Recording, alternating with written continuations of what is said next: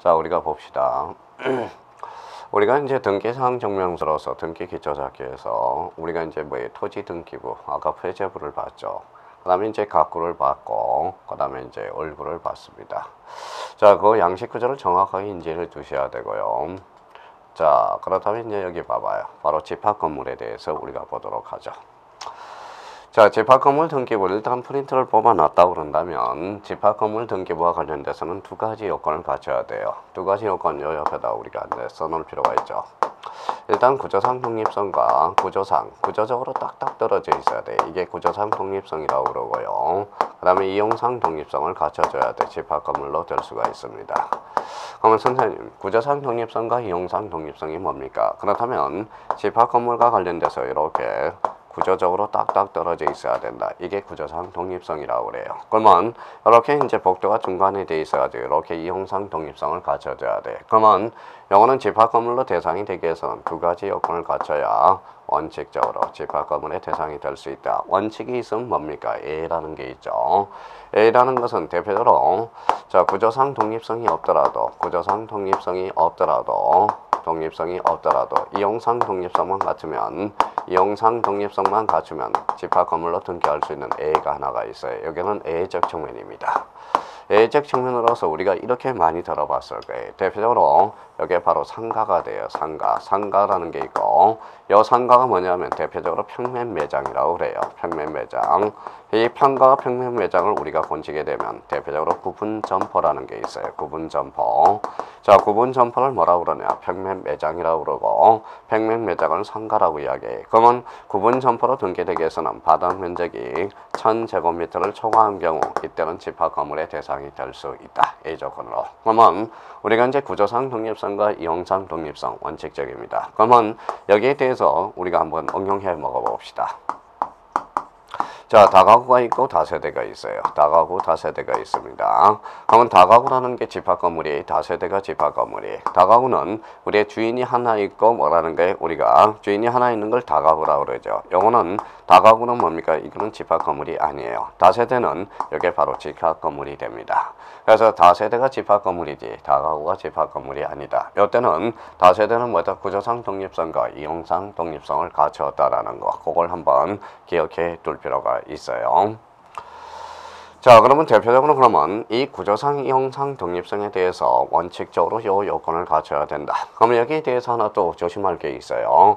우리 등기법 전부 개정이 2년 전에 개정을 가져왔죠. 그래서 여기에 대해서 대표적으로 실질적 심사주의가 폐지됐다라는 걸 이걸 꼭 기억해 두셔야 돼요. 여기에 대한 구분건물 표시사항에 대해서 실질적 심사주의가 뭐가 됐다? 바로 폐지됐다라는 거. 거기까지 확인하고 우리가 나가셔야 된다라는 거. 자, 우리가 이제 한번 생각해 보죠. 어떤 면을 생각해야 됩니까? 우리가 이런 걸 한번 생각해 봐요.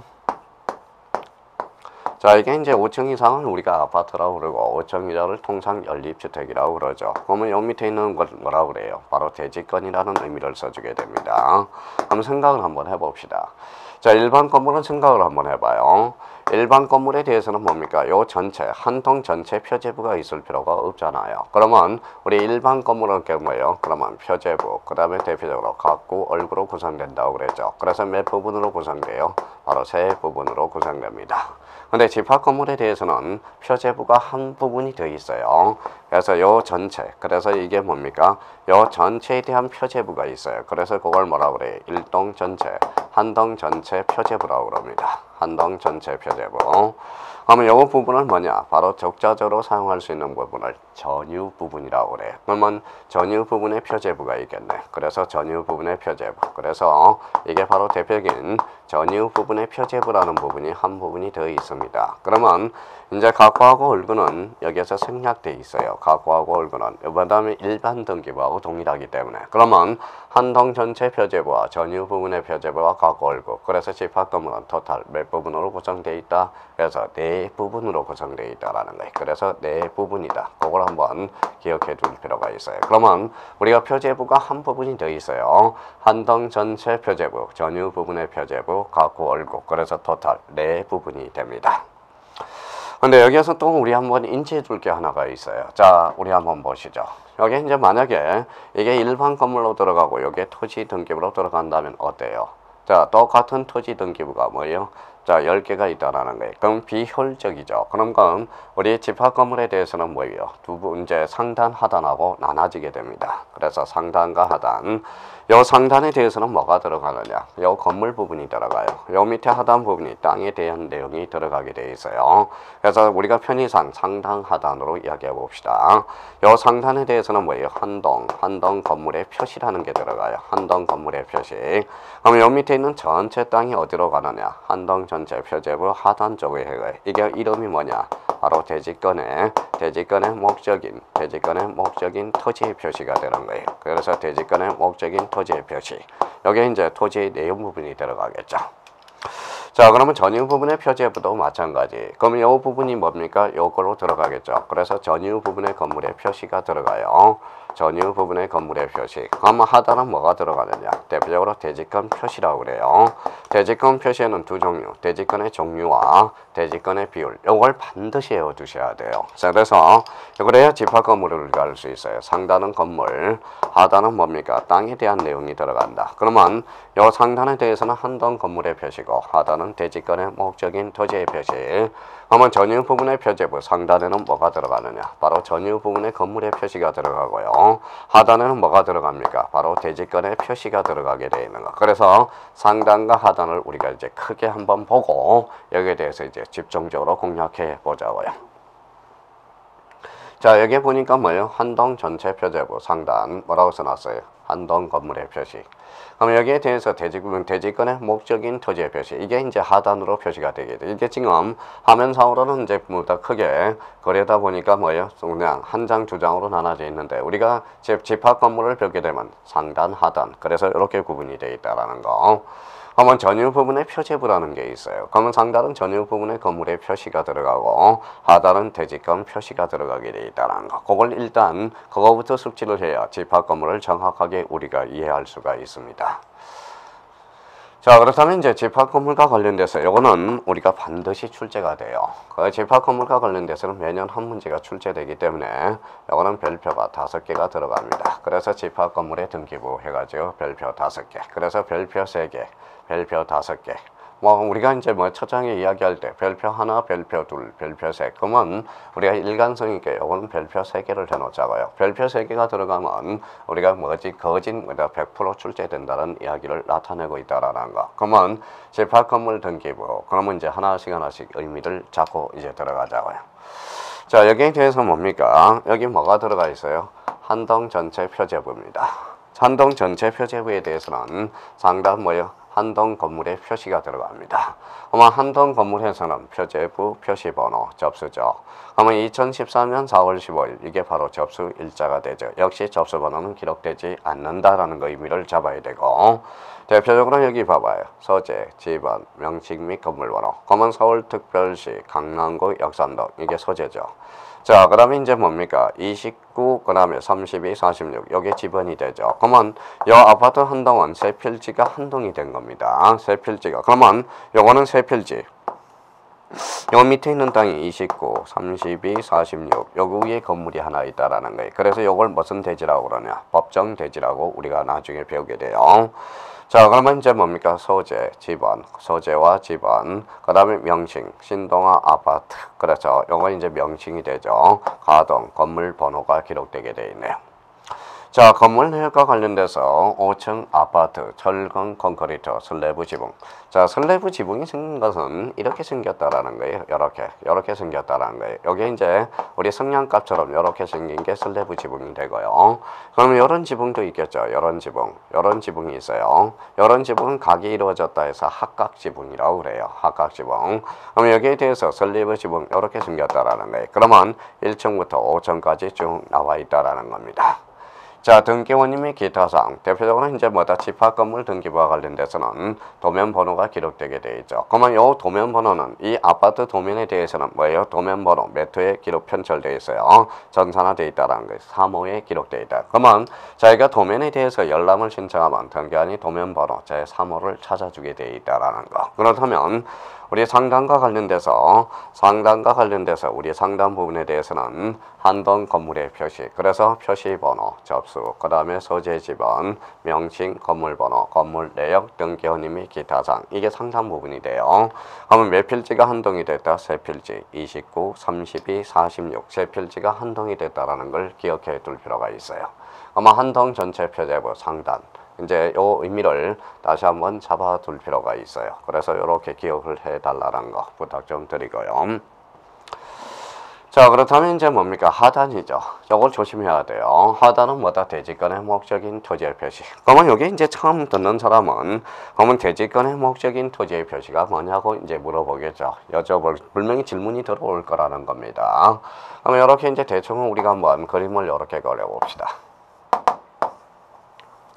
자, 여기 이제 뭐다? 아파트 세 동이 있다고 생각해봐요. 세 동. 여기는 두 동이 있다고 생각해봐요. 여기는 삼성 아파트야. 여기는 대우 아파트예요. 그럼 여기에 대해서 뭐다? 요 부분이 뭡니까? 요 부분이 뭐다? 삼성 아파트 대지권이 목적인 된 틈지라는 거예요. 삼성 아파트 대지권의 목적인 거고. 그럼 요 부분에 대해서는 뭡니까? 대우 아파트 대지권의 목적이 된 거예요. 그게 바로 뭐예요? 대지권의 목적인 토지의 표시라는 거. 그래서 우리 이걸 외우라고 그러면 다 못 외워요. 대지권에 그런 기억이 안 나요. 그냥 우리 한동 전체 표제부 4단 부분에 대해서는 그냥 대지권의 목적이다 이렇게 외우면 돼요. 대지권의 목적. 그러면 이미 시험에 출제된 거 한번 봅시다. 한동 전체 표제부에는 대지권 표시가 기록된다. 이러면 X가 돼요. 대지권 표시가 아니라 대지권의 목적인 토지의 표시. 이걸 반드시 외워줘야 된다는 겁니다. 자, 그러면 이제 표시번호 1번이 되네요. 소재 지번. 그래서 서울특별시 강남구 역삼동 29. 아까 29였죠. 그 다음에 32, 46. 세 필지가 한동이 됐다고 그랬어요. 자, 지목에 대해서는 뭡니까? 우리 대대가 돼. 그러면 이 지목에 대해서 조심해야 돼. 아까 지목은 뭡니까? 이건 토지와 관련돼서 우리가 하게 되죠. 토지. 그럼 아까 이렇게 질문이 나오면 어떻게 돼요? 한동 건물의 표시란에는 대표적으로 소재와 지번과 지목이 기록된다. 이러면 틀려요. 한동 건물 표시란이 아니라 지목은 대지권의 목적인 토지의 표시. 이게 시험에 자주 출제되는 겁니다. 그러면 지목이라는 것은 우리 토지에 기록되는 거지 건물에 기록되는 게 아니라는 거다. 그걸 뭐다 착상을 좀 해 두시고요.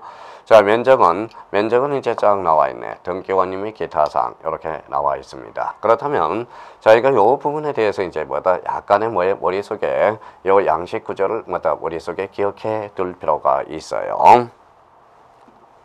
자, 그렇다면 이제 다시 한번 보죠. 자, 집합 건물 등기부, 한동 전체 표제부, 한동 건물의 표시, 표시번호, 소재 지번, 명칭 및 건물번호, 건물 내역, 등기 원인 및 기타 사항. 그러면 하단 부분에 대해서는 대지권의 목적인 토지의 표시, 표시번호, 소재 지번, 지목, 그 다음에 면적, 그 다음에 등기 원인 및 기타 사항. 이 부분에 대해서 머릿속에 각인을 해 두셔야 되고요. 자, 우리가 전유 부분의 표제부에 대해서 우리 상단은 전유 부분의 건물의 표시가 들어갑니다. 그렇다면 이제 한번 보시죠. 자, 표시번호 1번 접수 건물번호 여기 이제 조심해야죠. 우리가 여기에 대해서 바로 건물번호 1101호만 들어가죠. 근데 우리 아까 뭐예요? 한동 건물의 표시란에는 소재, 지번, 명칭, 그 다음에 건물 번호가 들어가죠. 요거는 소재 지번이 따로 기록될 때가 하는 거예요. 그러면 소재 지번은 대표적으로 전유 부분의 건물의 표시란에도 소재 지번이 기록된다. 이러면 X가 돼. 그러면 전유 부분의 건물의 표시란에는 대표적으로 소재와 지번이 기록되지 않는다라는 걸 조심해서 기록해야 돼. 시험에 자주 출제돼요. 뭐가 기록된다? 건물 번호. 자, 건물 내역은 철근 콘크리트 96제곱미터 등기원인 및 기타 사항. 그러면 요 도면 번호도 제3호에 제3호에 있다라는 소리네. 그러면 대표적으로 이제 뭐다? 요거는 상단 부분, 편의상 상단이고요. 그 다음에 대표적으로 하단은 뭐가 기록돼요? 대지권 표시가 기록된다. 대지권 표시에는 대표적으로 대지권의 종류와 대지권의 비율, 요거 두 개를 우리가 반드시 숙지를 해둬야 돼요. 그럼 시험 문제는 이렇게 나와요. 자, 대지권의 종류와 대지권의 비율은 대지권의 목적인 토지의 표시란에 기록된다. 시험은 이렇게 나온다고. 대지권의 목적인 토지의 표시란이 아니라 대지권 표시란에 뭐가 기록된다? 대지권의 종류, 대지권의 비율 요 두 개가 대표적으로 기록된다라는 거. 등기 원인 및 기타 사항 이렇게 이제 의미를 잡아둘 필요가 있어요. 그러면 결론적으로 우리 전유 부분의 건물의 표시. 그래서 그 다음에 하단은 대지권 표시. 대지권 표시에는 뭐가 기록된다? 대지권의 종류와 대지권의 비율이 기록된다라는 거 기억해 두셔야 돼요. 자, 그렇다면 여기 우리 보시죠. 자, 여기에서 이제 꼭 기억해 둘 게 하나가 있어요. 자, 우리 한번 봅시다. 이제 좀 부연 설명을 하고 들어가죠. 자, 우리가 이제 뭡니까? 여기 여자예요. 여기 여자고 여기 남자라고 생각해봐요. 남자라고 생각해봐요. 헤어지지 않으려면 어떻게 해야 돼? 이렇게 묶어놔야죠. 이렇게 묶어놔야 되겠죠. 이렇게 묶어놓는 게 대표적인 뭡니까? 바로 혼인신고가 돼요. 혼인신고를 하게 되면 사실은 법률은 배우자가 돼서 여자하고 남자하고 강제 이혼을 모시겠죠. 법원에 가서 재판상 받아야 되겠죠. 그러면 혼인신고와 관련돼서는 대표적으로 요거는 뭐입니까? 민법으로 연결된다면 이게 바로 특별 승인 요건이 되고요. 그래서 특별 승인 요건이 됩니다. 우리 아마 민법 교수님한테 승인 요건은 일반적 승인 요건과 특별 승인 요건이 있다. 일반적 승인 요건은 당목의라고 우리가 배웠을 거예요. 당사자, 목적, 의사 표시 이렇게 배웠죠. 그래서 우리가 일반적 승인 요건은 당사자, 목적, 의사 표시라고 요 세 가지가 바로 보통 일반적으로 성립하는 일반적 승립 요건이 되고요. 그러면 특별 성립 요건으로서 뭐다? 혼인신고가 되죠. 이 혼인신고가 일종의 뭡니까? 바로 못 도망가도록 뭐다? 찜을 해놓는 거예요. 찜. 이 찜이 바로 뭐다? 공시라는 겁니다. 공시. 그러면 우리가 우습게 이야기로 한다면 바로 애인이라는 게 있죠. 저번에도 한번 얘기했을지 모릅니다. 애인을 법적으로 해석한다면 우리가 점유권은 있죠. 점유권은 있지만 뭐다? 바로 소유권이 없다라는 거예요. 그래서 점유권을 상실하게 되면 애인도 상실이 됩니다. 그러면 소유권을 상실하지 않으려면 뭐다? 그냥 농담이니까요. 대표적으로 그러면 무슨 신고를 해야죠? 혼인 신고를 해줘야 된다는 거예요. 자, 그런 측면에서 우리가 정리가 되고요. 그러면 이렇게 이제 기초공사를 해놨으면 우리가 이런 측면에서 또 한번 잡아놔야 돼요. 자, 그러면 이렇게 봅시다. 자, 이게 이제 뭡니까? 여기 여자라고 생각하고 이게 남자라고 생각해 봅시다. 그러면 이 건물하고 토지하고 헤어지지 않으려면 이렇게 혼인신고를 해줘야 되겠죠. 이렇게 혼인신고를 해줘야 돼. 이게 바로 무슨 등기가 되느냐? 이게 바로 대지권 등기가 돼요. 대지권 등기. 그러면 대지권 등기라는 것은 우리 하단부를 생각하면 돼요. 대표적으로 우리 한동 건물 표시란에는 하단부에 뭐가 기록되죠? 바로 대지권의 목적인 토지의 표시라고 그랬어요. 그래서 대지권의 목적인 토지의 표시. 그 다음에 이제 우리 전유 부분에는 뭡니까? 바로 대지권 표시가 기록되죠. 그러면 대지권 표시.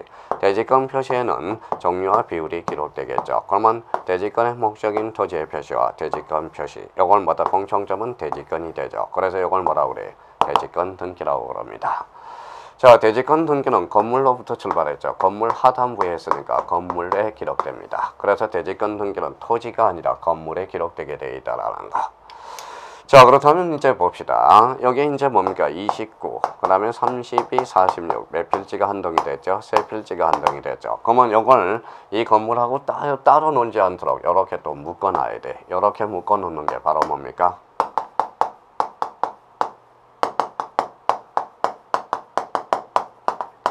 이게 바로 대지권 뜻의 등기가 됩니다. 대지권 뜻의 등기. 그러면 여기 대지권 뜻의 등기는 일종의 토지 등기부에 가름해 주는 겁니다. 토지. 그래서 토지에 우리가 출발하게 되죠. 그러면 대지권 뜻의 등기는 토지에 기록하게 되고요. 그러면 대지권 등기는 건물에 기록하게 되어 있어요. 그러면 이렇게 묶어놨다. 이제 이렇게 묶어놨다. 그러면 이렇게 묶어놓으면 이 토지하고 건물하고 헤어질 수가 없다라는 거예요. 그러면 결론적으로 우리가 이제 대지권 등기 전이냐? 그러면 전이라는 거와 후라는 걸 꼭 나눠보셔야 돼요.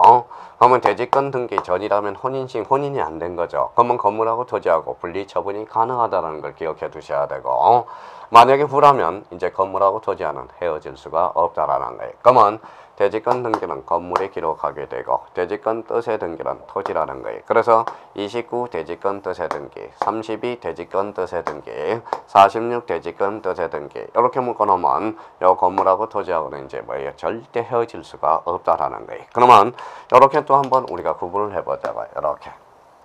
자, 그러면 여기는 건물이죠. 여기는 건물이고 여기는 토지야. 그러면 이 토지하고 건물이 다툼이 벌어졌어요. 그러면 건물하고 토지는 다른 구가 되네. 다른 구. 그러면 다른 구는 순위번호다, 접수번호다. 아까 접수번호가 된다고 그랬죠. 그래서 만약에 우리 이제 대지권 등기와 대지권 뜻의 등기와 다툼이 있을 때는 이때는 다른 구로서 요거는 건물이고 요거는 토지고 그래서 순위번호가 아니라 무슨 번호가 된다? 접수번호가 된다. 그렇게 연결해. 근데 사실 우리가 쉬운 지문에서 이런 지문이 나오면 상당히 어려워요. 대지권 등기는 토지, 대지권 뜻의 등기는 건물. 이러면 또 무슨 소리인지를 몰라요. 그래서 대지권 뜻의 등기는 토지에 기록하고 대지권 등기는 건물이다. 그래서 대지권 뜻의 등기가 일종의 토지 등기부에 뭐예요? 읽어봐요. 가름해진다는 거예요. 가름이라는 것은 아까 궁극적으로 말한다면 노죠. 토지 등기부는 안 되지만 일종의 토지 등기부의 일종으로 가름해 준다는 거죠. 그래서 아까 뭐라고 그랬어요? 준이라는 의미를 우리가 써줬죠. 그런 의미를 우리가 보셔야 된다라는 거예요. 자, 그렇다면 이제 뭐예요? 이런 의미가 되어 있어요. 그러면 이제 자기가 책을 읽을 때 이런 것들을 이제 고집해야 돼. 자, 대지권 등기다. 그러면 대지권 등기 그러면 본능적으로 대지권의 목적인 토지의 표시와 대지권 표시 이렇게 떠올라야 되고 그걸 대지권 등기라고 그래요.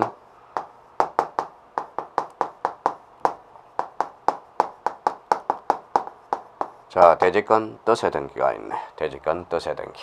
자, 책을 읽다 보면 대지권 뜻의 등기는 이제 의미는 알겠고요. 자, 건물만의 뜻의 뜻의 등기가 있어요. 건물만의 뜻의 등기.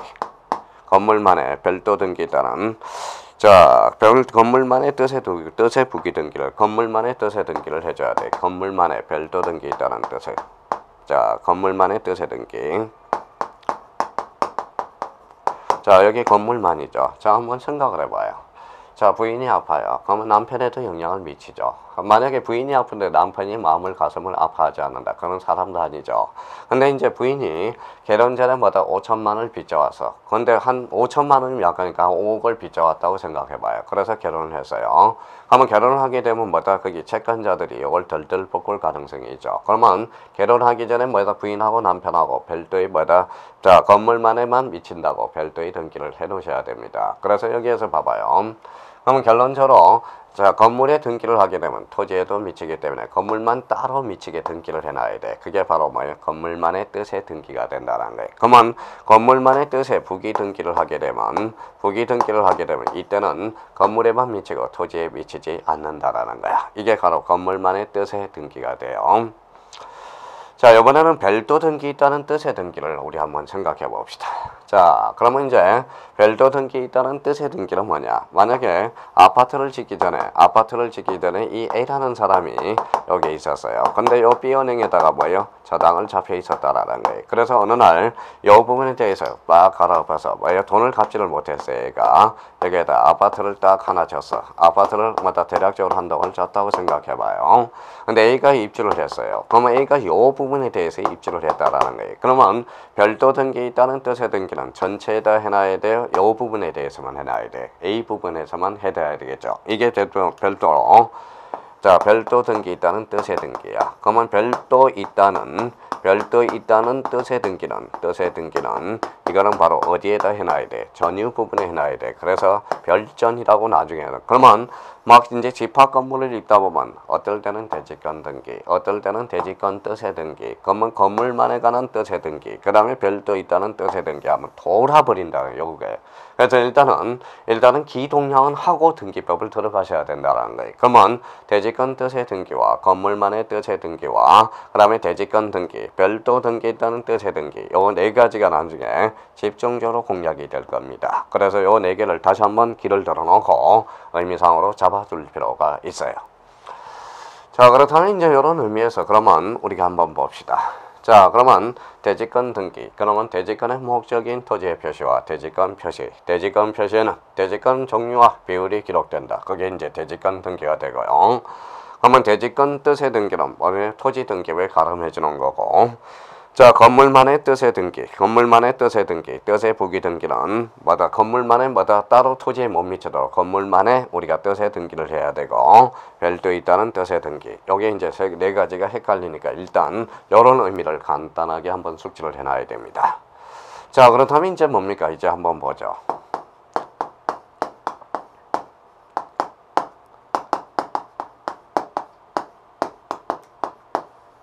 자, 대지권 등기 전입니다. 대지권 등기 후예요. 그러면 대지권 등기. 그러면 대지권 등기 전이라면 아직까지 혼인신고가 안 됐죠. 그러면 이 토지와 마다 이 건물하고 토지를 마다 분리처분을 할 수 있다라는 거예요. 분리처분이 가능합니다. 아직 혼인신고가 안 이루어졌기 때문에. 그러면 대지권 등기 후, 그러면 혼인신고했죠. 그러면 건물만 소유권 이전 등기를 할 수 있느냐? 이거는 돼야 안 돼요. 안 되죠. 소유권은 처분 권능이 있기 때문에 건물만 소유권 이전 등기하면 요 건물하고 토지하고 강제 처분이 되는 거예요. 그래서 건물만 소유권은 안 된다.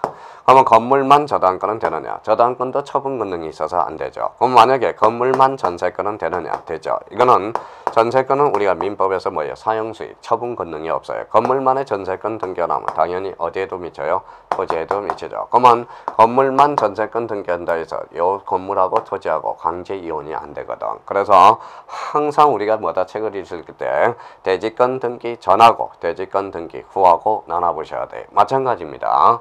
대지권 뜻의 등기도 대지권 뜻의 등기 전하고 후를 나눠보셔야 돼. 대지권 등기 전이라면 우리 건물하고 토지하고 분리 처분이 가능하고요. 대지권 뜻의 등기 후라면 이때는 뭐다 혼인신고이기 때문에 강제적으로 뭐예요? 처분 권능이 있는 것들은 안 된다는 걸 기억해 두셔야 돼요. 그러면 이렇게 묶어주는 게 대지권 등기요. 이렇게 묶어주는 게 대지권 뜻의 등기다. 그렇게 이제 의미를 잡아주시면 됩니다. 자, 그렇다면 이제 집합 건물과 관련돼서 최소한 이거는 우리가 알아줘야 되고요. 이걸 알아야 뭡니까? 앞으로 집합 건물에 대해서 우리가 쉽게 접근해 줄 수 있다는 걸 기억해 둘 필요가 있어요. 그러면 다시 한번 우리가 들어갑니다. 자, 집합 건물 등기부 요건은 구조상 독립성과 이용상 독립성을 갖춰야 된다. 그러면 구조상 독립성, 이용상 독립성을 갖추면 자, 등기하고 안 하고는 뭐다 소유자 마음이겠죠. 일단 두 가지 요건을 갖춰야 돼.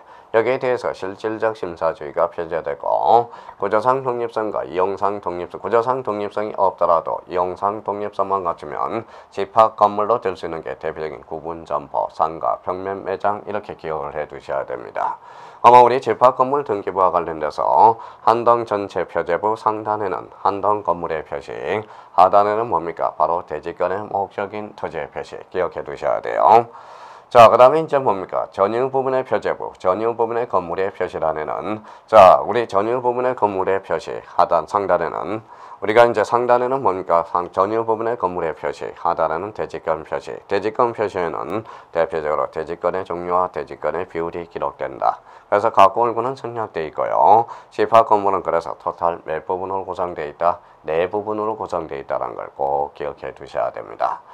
자, 그렇다면 우리가 이제 뭡니까? 그러면 앞으로 이제 설명이 될 때 이 의미에 대해서 우리가 이제 토지 등기부, 자, 일반 등기부, 표제부, 각 표제부, 목차, 표시번호, 접수, 소재지번, 지목, 면적, 등기원인 및 기타 사항 기억을 해주셔야 되고, 그 다음에 이제 각고는 무슨 건이다? 소유권, 손위번호, 등기목적, 접수, 등기원인, 권리자 및 기타 사항. 이거는 이해가 필요가 없어요. 어떤 목차, 양식 구조이기 때문에 의미를 좀 설정을 해주셔야 된다는 거. 자, 각고 그러면 본능적으로 이제 소유권, 얼굴은 뭡니까? 소유권 이해 권리에 관한 사항, 목차는 동일해요. 순위번호, 등기목적, 접수, 등기원인, 권리자 및 기타 사항. 이게 등기부의 양식이라는 겁니다. 그래서 의미를 잡아두셔야 되고요. 자, 그러면 집합 건물에 대해서는 한동 전체 표제부 상단, 한동 건물의 표시, 하단은 뭡니까? 대지권의 목적인 토지의 표시, 자꾸 암기를 해두셔야 돼요. 그 다음에 이제 뭡니까? 전유 부분의 표제부 상단, 전유 부분의 건물의 표시, 하단에 대해서는 뭐다? 대지권 표시. 대지권 표시에는 대지권의 종류와 대지권이 비율이 기록된다. 그럼 앞으로 등기부를 공부하실 때 이 등기부의 양식 구조를 우리가 반드시 기억해 둬야 돼요. 우리 좀 쉬었다가 우리 뭐다? 등기부의 분류에 대해서 우리가 공부를 해 보도록 하겠습니다. 좀 쉬었다 계속 들어가겠습니다.